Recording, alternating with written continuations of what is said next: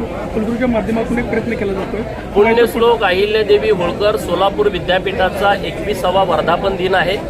या वर्धापन दिनाच्या कार्यक्रमाच्या निमित्तानं मी विद्यापीठामध्ये आलो आहे। या विद्यापीठाचे कुलगुरू माननीय प्रकाश महानवर सर यांनी अत्यंत चांगली संकल्पना आजच्या या वर्धापन दिनाच्या निमित्तानं मांडलेली आहे। अखंड जगातल्या लोकांना पंढरपूरच्या वारीचं एक वेगळं अट्रॅक्शन आहे। एखादा सवासण्याचा कार्यक्रम घ्यायचा म्हणला, एखादा साखरपुडा असला, एखादा लग्न असलं, आपल्याला पत्रिका छापावी लागते। आपल्या गावची यात्रा असते, आपल्याला पत्रिका छापावी लागते।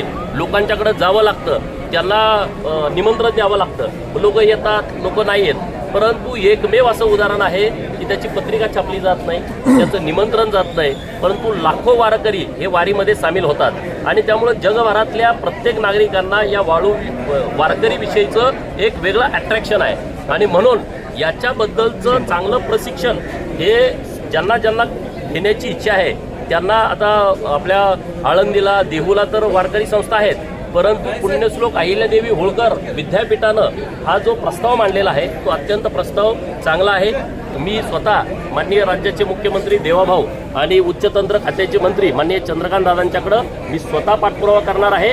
आणि पुण्यश्लोक अहिल्यादेवी होळकर यांनी सुद्धा यासाठी खूप मोठं काम केलेलं आहे।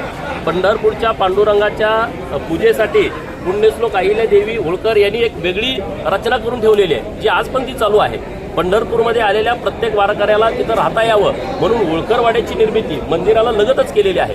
आणि त्यामुळं अहिल्यादेवींच्या नावानं असणाऱ्या विद्यापीठामध्ये पंढरपूरच्या पांडुरंगाच्या वारकऱ्यांच्या बाबतीमध्ये एक संशोधन केंद्र स्थापन करण्याची इच्छा या विद्यापीठानं प्रकट केलेली आहे। तर मी विद्यापीठाचं अभिनंदन करतो, आभार व्यक्त करतो आणि सरकारकडे पाठपुरावा करून ही